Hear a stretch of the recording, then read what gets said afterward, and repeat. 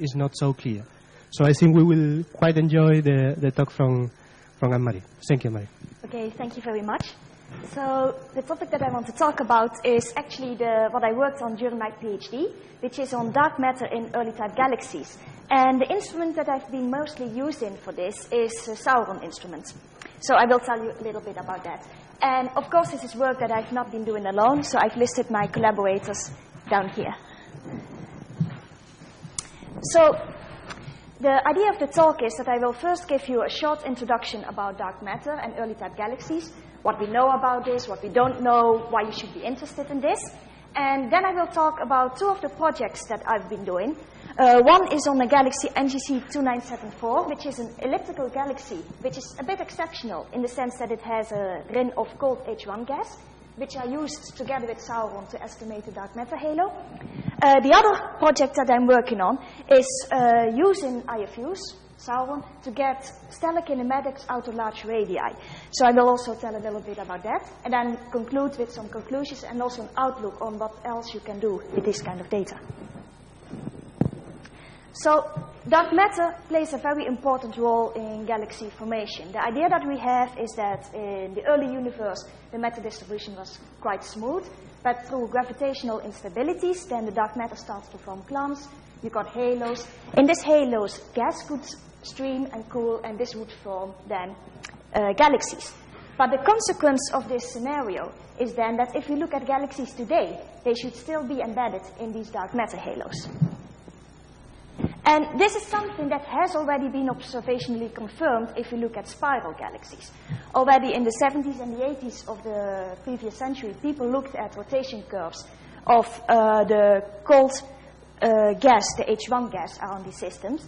And from that could infer that these systems indeed had a lot of dark matter, just needed to explain the observations. In early type galaxies, this is not so straightforward. And this is because early type galaxies often... Oh, let's not do that.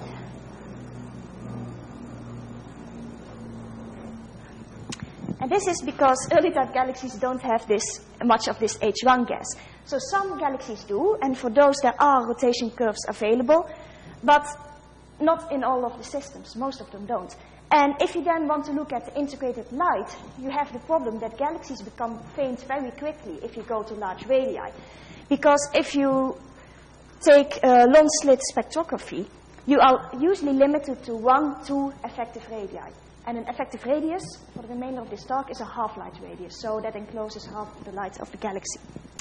Now what you can then do is go to other tracers which are visible at larger radii. So you could look at discrete tracers like globular clusters and planetary nebula, and especially with planetary nebula recently there has been a lot of work with planetary nebula survey going on. You can look at X-ray emission, and you can also try to use gravitational lensing.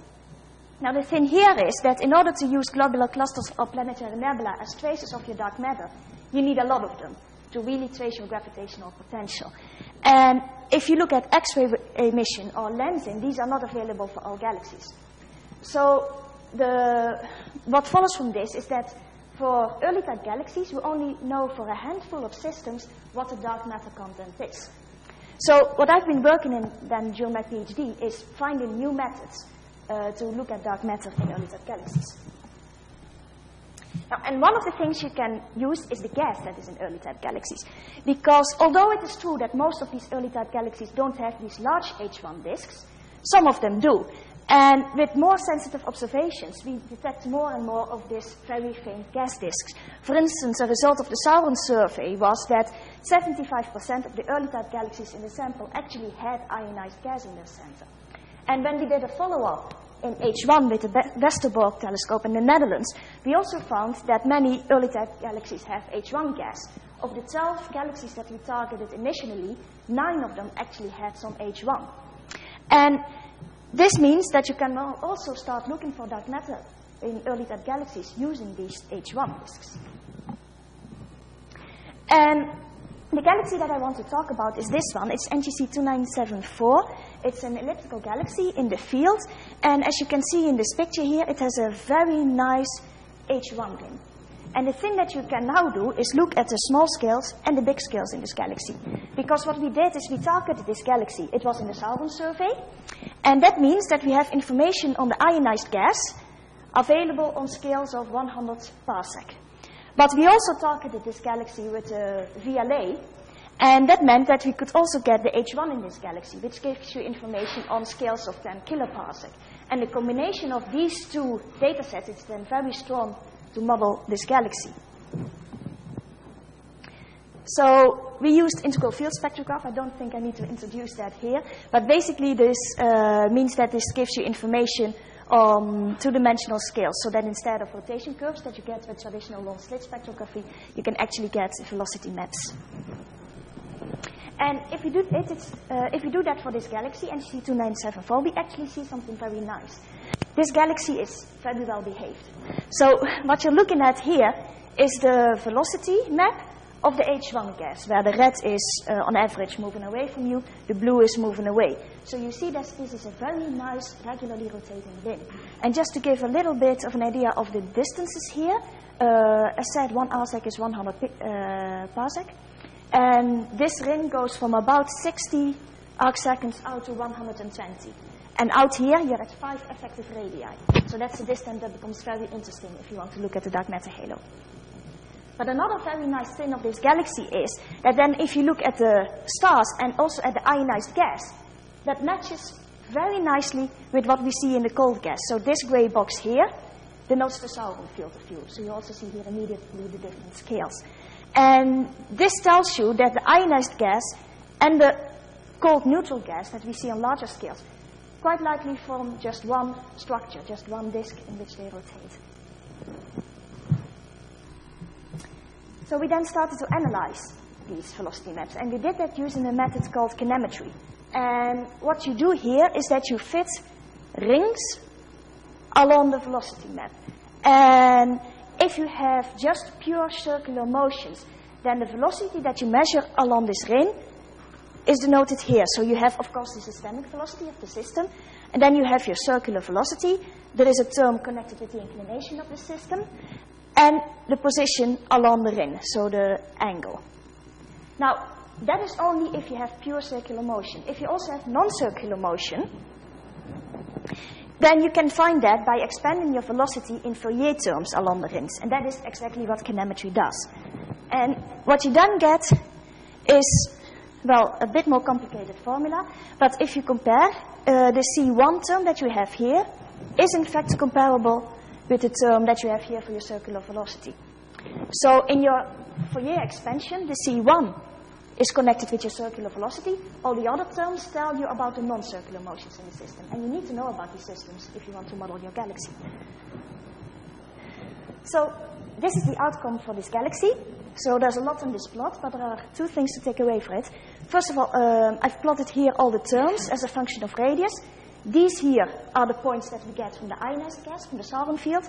These here are the points that we get from the H1 ring. And there's here a gap, and that is basically because there's no H1 there, and we don't go that far out in the ionized gas. And the first thing you see, if you look at this C1 term, which is connected with your circular velocity, you see that your rotation curve stays flat out to 5 effective radius. So this is already the first sign that this galaxy has probably a considerable amount of dark matter. And another thing to notice is that if you look at the non-circular motions in the system, so all the other plots, these are very small. So the scale here is -4% till +4%. So all the circular motion, non-circular motions are smaller than 4% compared to the circular motions. But these non-circular motions also tell you something else. You can use them to constrain the shape of your potential. Now, first of all, you won't get any information on the flattening of your potential, so in this Z direction, because the gas that you're looking at is in the equatorial plane, so in the XY plane. But these non-circular terms give you information about the elongation of the system. So is your potential elongated in the XY plane? And I've noted down here 2 references of papers where they worked it out very nicely mathematically, but I'm not going to show that here. I'll just show you the results, which are here. So here again, as a function of radius, we have the elongation of the potential. And you see that if you look at the H1 data that we have at large radii, that it is consistent with 0. And this is very good news, because if your potential is circular in the xy plane, that means that your galaxy is consistent with axis symmetry. And that makes your life a lot easier if you then want to model it. Now, another thing you immediately see is that in the SAURON data, we have this jump, and the elongation changes sign. And this is probably connected with a bar that is in the system. There's a weak bar in the system at small scales that here shows up, and that changes the sign of your potential there. Now, before we now start modeling the galaxy, there's one other thing we need to do. Because we're combining here data that comes from the warm ionized gas in the center, which has a high velocity dispersion, up to 250 kilometers per second in the center. And we want to combine that with the cold gas in the outskirts of the galaxy, which has a very low dispersion of only 10 kilometers per second. So the question is now, why does the ionized gas has this high dispersion? And there are actually two causes for this. The first one is basically a gravitational interaction. You can imagine that the gas moves around in gas clumps, in orbits, and these gas clumps will just interact with each other through gravity.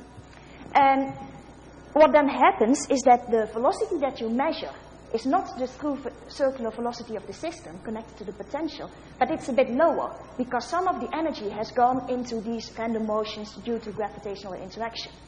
And there is a way to correct for this, which is the asymmetric drift correction, which you can apply. But to make it a bit more complicated, there's also another cause for this high dispersion, which is non-gravitational. And this can be due to, well, basically anything that causes turbulence. So it could be the bar, supernova remnants, planetary nebula, it could be stellar winds. And these also contribute. And a priori, you just measure your velocity dispersion, but you can't say which one is caused by the gravitational interaction and which are caused by turbulence. So the assumption that is then very often made is that all that you measure in your dispersion is caused by gravitational interaction, and then you just apply your asymmetric drift correction. This will probably pop up every 5 minutes now, I'm afraid. But okay. Now, and this asymmetric drift correction is basically an application of the Jeans equations. In Binion's Remain, there's a beautiful piece of text on that.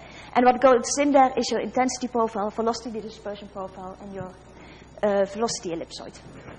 Now, if we do that for our data set, then this is what we get. So here, as a function of radius, we have, again, the velocity. The black line is what we observed. And the red is what we get when we apply an asymmetric drift correction. And as you see, I only plotted the SAURON data here because the data from the H1 doesn't need this correction because it already has a low dispersion. Now the big question is now, of course, did we do the right thing? Was our assumption that all the dispersion that we see is caused by gravitational interaction, was that correct? And the nice thing is, because we have the SAURON data, we can check this. Because from SAURON, we also get the dispersion and the velocities of the stars. And stars are actually easier than gas in this sense, because stars don't feel turbulence. They only feel gravitational interaction. So if you here make this assumption that all the dispersion is caused by gravitational interaction, then you're doing the right thing. So when we add the stars in here, then this is what we get. So again, black is observed stars. The red is the asymmetric drift corrected stars. And then you see that, say, outside 15 arc seconds, the two corrected curves of the stars and the gas very nicely agree. But in the center, you see that something has gone wrong, in that the gas has been corrected too much. Now, if you investigate this further, this is a plot where I just put down the asymmetric drift correction that I had to put into the gas. And you see that outside 15 arc seconds, this becomes flat, while here the correction is a lot more. Now we just made a very simple assumption. We made the assumption that outside 15 arc seconds, we have no turbulence anymore, but we only have gravitational interactions. And that in the center, we have a combination of the two. If we make this assumption and we just apply a constant asymmetric drift correction to the whole system, we see suddenly our curves very nicely matching up, telling us that we now did the right thing here.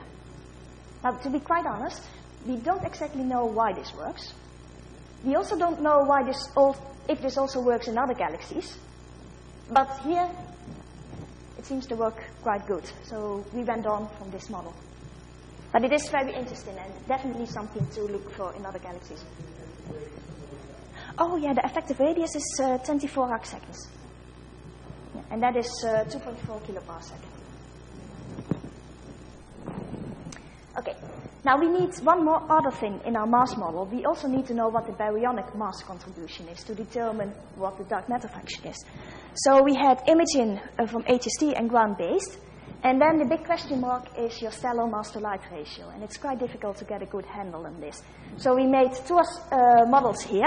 One is where we took a mass-to-light ratio from stellar population models, measured from the SAURON line strengths. The other assumption that we made was the maximum disk model, which means that you just increase your mass-to-light ratio of your stars so much that they can just fit the data. So basically that is a minimal halo model. And it gives you a lower limit on your halo mass. The gas mass is also in the system, but it is very small, about 10 to the 8 solar masses, while the stellar mass is a factor 1,000 more, that's 10 to the 11. So it is in our model, but it just doesn't do very much to it. And the first thing you immediately see is, when you do this maximal disk model, is that you need a dark halo. And we can already say that within 5 effective radii, 55% of our mass needs to be dark. And things improve significantly if you then put a halo on it. So that's what you see in here, and you can very nicely then fit these points here. You get a slightly better fit if you use the lower mass-to-light ratio here. And as you noticed here in the title, I put in a pseudo-isotomosphere, which is basically a halo model which has a core in its center. You can also look at the CAFS model, which is the NFW profile. And that fits the data, but slightly worse than the pseudo-isotomosphere.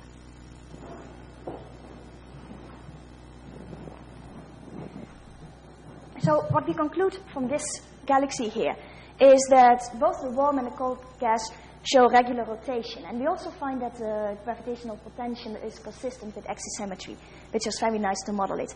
But we also note that to actually do this exercise, to combine your ionized gas with cold gas, you need to do an asymmetric drift correction.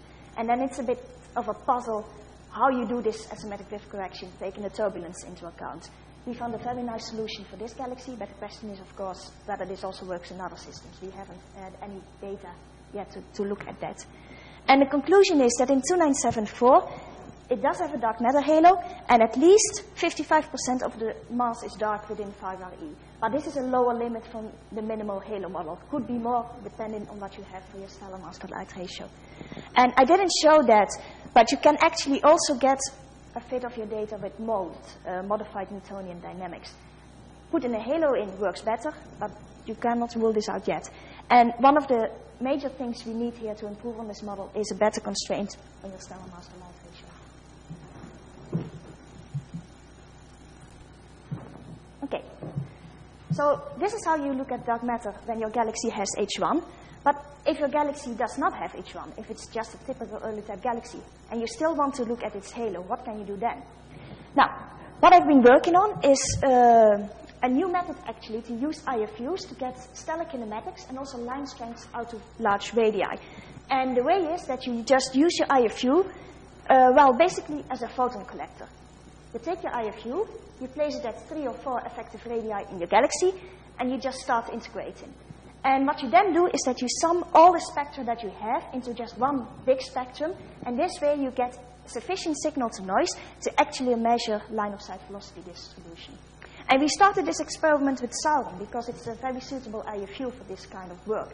It has a high total throughput, which helps if you just want to catch every photon that you can. And it also has a relatively large field of view, so you can take an average over a large area here. And just to show you what that means, here's the galaxy that we looked at, NGC 3379. We also have data, by the way, on another galaxy, NGC 81, but I will just concentrate on this one because it's a similar data set. So what you see here, these boxes here, these are the SAURON field of view. And as you see, we placed them at 3 and 4 effective radius in the galaxy. And we also placed them on the opposite sides of the nucleus. And this is a way to get a good systemic velocity, but also to check for systematics in your data. We did not place them directly on the major axis of the galaxy, And that is because of the neighbor here, NGC 3384. We didn't want to pick up any light from that. And the stripes that you see here are actually quite important for this project. These are the sky lenslets of SAURON. So SAURON has about 1,400 lenslets in its main field of view, but it also has about 160 of them, which are located 2 arc-minutes away from the main field of view, and they are used to measure the sky. And as you can imagine, when you're at 3-4 effective radii in a galaxy, you're very much dominated by sky. So for a good sky subtraction, you need to get a very good sky template. And that's also a bit illustrated in the plot that I have here. I've plotted here the surface brightness of NGC 3379 as a function of radius. So one effective radius is here about 40 arcseconds. This is the level of the sky, if you're lucky, on a good night, etc. And this is where we took our observations. So centered at 3.5 effective radii, you're already almost 2 magnitudes below the sky limit. So sky subtraction is quite important here. And why would you use an IFU for that? Well, I have a very colorful plot here to illustrate that point. All the colors that you see here are bins. So the spectra have been binned, and each bin now contains enough signal to noise, about 60 I think it is in this plot, to reliably measure a line of sight velocity distribution. And this is for an 8-hour exposure with SAURON. And this box over here is placed at about 4 effective radii. So you see that in ideal circumstances, you can still get a few independent bins here. Well, if you had used a long slit, you would basically have been lost. You would not get enough signal to measure this. And another thing is, a slit, of course, you could say, well, I need to collect more photons, so I widen the slit a little bit more, but then you lose spectral resolution. And with an IFU, this is, of course, not the case. So that is why we did this whole experiment with an IFU.